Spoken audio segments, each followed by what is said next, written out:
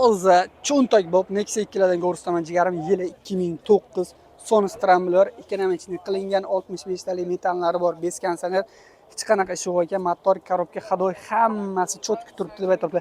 Kraskasi yo'q. Eshigini burchaklarida gullagan, bilasizlar, zanglagan joylarini aka qildirganman. Tekshirtirib olaverasizlar deb aytibdilar. Balon holatlari yaxshi turibdi o'rtacha, o'zini radnoy kalpaklari bilan.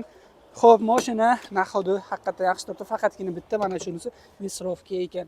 Probegi 172 ming halol ekan. Dehqon o'zidan aka o'g'ilchalari bilan bozorga chiqqan ekanlar. Salon holatlari zo'r. Chexoli bor, poligi bor, lilolim qilingan, orqa oynalari tonirovka ham bo'lgan. Orqasi ancha-muncha joy bor, ochib qo'yibdilar. 65 talik ro'zg'or uchun, o'zim uchun qo'ydirganman kichkinagina metal mashina yorib tashlamaslik uchun deb aytibdilar akalar. Ko'rsanglar bo'ladi mana. Hammasi butun turibdi. Zapaskalari tagida 65 talik metallari ham bor. Kraska umuman yo'q ekan. Balonlari ham yaxshi. O'zlaring uchun ko'rib, ko'rsatib, tekshirtirib olasizlar. 2009 probeg 172 ming, kraska toza, eshik burchaklari qildirilgan.